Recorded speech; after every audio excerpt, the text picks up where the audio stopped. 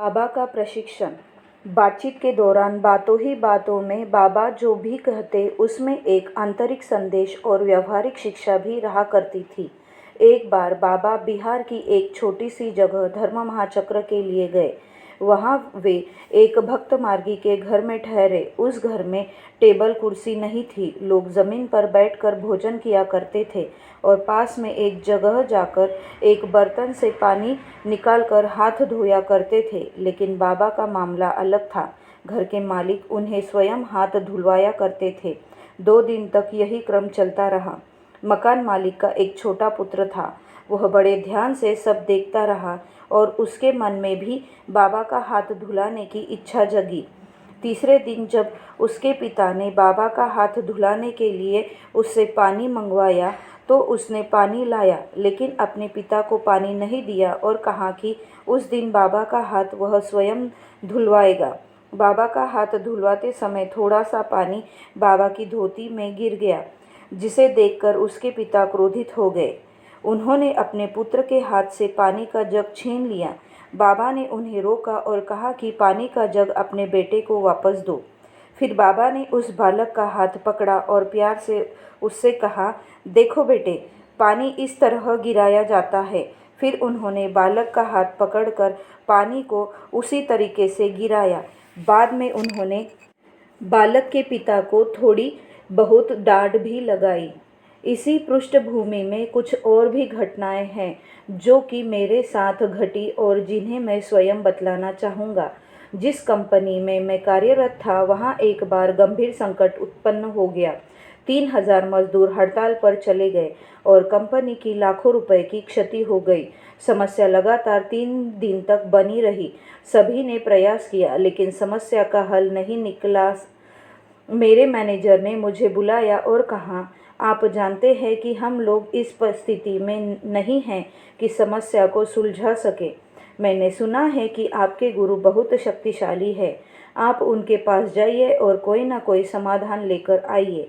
मैंने उनकी बात को सहजता से स्वीकार किया और समाधान पाने की आशा में बाबा से मिलने के लिए जमालपुर चला गया। वहां पहुंचकर हमेशा की तरह मैंने उनके व्यक्तिगत सहायक से मुलाकात की और उन्होंने मुझे बाबा के साथ फील्ड वॉक में जाने की अनुमति दे दी। सदा की भांति मैं बाबा के साथ फील्ड वॉक में शामिल हो गया। उसी दौरान टहलते हुए बाबा ने कहा, इस बार तुम्हारे प्रोजेक्ट मैनेजर ने तुम्हें यहाँ भेजा है। मैंने उन्हें सारा वृत्तांत कह सुनाया और फिर समाधान भी पूछा। उन्होंने मुझे डांटते हुए कहा, इतनी छोटी सी बात के लिए तुम मेरे पास आए हो? यह शाम का समय तो मेरे बेफिक्र होकर टहलने का समय है। उनकी बात सुनकर समाधान पाने की मेरी समस्त आशाओं पर पानी फिर गया। कुछ देर के बाद बाबा मुझसे सर्वथा भिन्न विषय पर बात करने लगे। उन्होंने पूछा, क्या तुम जानते हो कि हम लोग एशिया में रहते हैं? इसके एक हिस्से को दक्षिण पूर्वी एशिया कहा जाता है, जिसके अंतर्गत Thailand, Cambodia, Vietnam, Philippines, Malaysia और इंडोनेशिया आते हैं। इनके अतिरिक्त फिजी, पापुआ न्यू गिनिया इत्यादि जैसे छोटे देश भी आते हैं। लगभग 2500 वर्ष पहले जब विभिन्न प्रकार के शोषण के कारण धर्म का पतन प्रारंभ हो चुका था, तब जब गौतम बुद्ध ने एक मिशन का प्रारंभ किया था और फिर कई वर्षों के बाद उनके धर्म प्रचारक चीन और दक्षिण पूर्वी एशिया के दूसरे देशों के लिए गए थे, किंतु समय बीतने के साथ साथ बौद्ध धर्म कुछ कुरीतियों और आडंबरों तक सीमित होकर रह गया और लोग पुनः पुरानी आदतों में फंस गए। आज आनंद मार्ग आत्म मोक्षार्थम जगत हिताय च के आदर्श को लेकर सामने आया है। क्या तुम्हें ऐसा नहीं लगता कि अब हमें दक्षिण पूर्वी एशिया और विश्व के लोगों के बीच इस आदर्श का प्रचार करके उन्हें जगाना चाहिए? मैंने कहा, बाबा, आनंद मार्ग के आदर्श का प्रचार करना बहुत अच्छी बात है। हमें अपने धर्म प्रचारकों को पूरे विश्व में भेजना चाहिए। बाबा ने कहा, बहुत अच्छी बात है। फिर अचानक उन्होंने पूछा, क्या तुम दक्षिण पूर्वी एशिया के लोगों की मानसिकता को जानते हो? मैंने कहा, मैं तो वहाँ कभी गया ही नहीं। मैं भला ये सब कैसे जान सकता हूँ। बाबा मुस्कुराए और फिर उन्होंने कहानी के रूप में दक्षिण पूर्वी एशिया के विभिन्न देशों के लोगों की मानसिकता के विषय में बतलाना प्रारंभ कर दिया। उन्होंने कहा, थाईलैंड के लोग परंपरावादी होते हैं और अपनी सांस्कृतिक परंपराओं को सुरक्षित रखने के में दिलचस्पी लेते हैं। ये और बात है कि आज की युवा पीढ़ी बाहरी चकाचौंध में फंसकर अपने वास्तविक स्वरूप को भूलती जा रही है।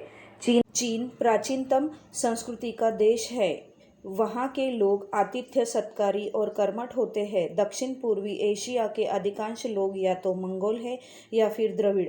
मलेशिया के लोग चीनी, मलय या भारतीय हैं, किंतु वे भी उपनिवेशीय संस्कृति से प्रभावित हैं।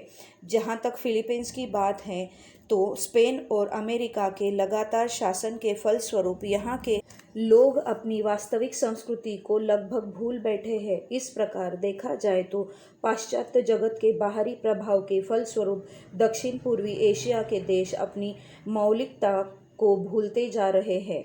उस शाम फील्ड वॉक के दौरान बाबा दक्षिण पूर्वी एशिया के देशों के लोगों की मानसिकता की ही चर्चा करते रहे। वहाँ के लोगों के भोजन, धर्म और पूजा करने की विधियों के बारे में बतलाए रहे।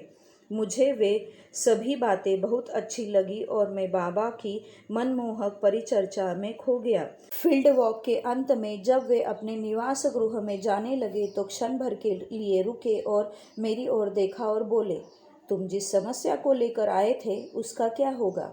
उसी समस्या को लेकर उन्होंने मुझे डांटा था, इसीलिए मुझ में इतना साहस नहीं था कि पुनः उसके बारे में मैं कुछ कहूँ।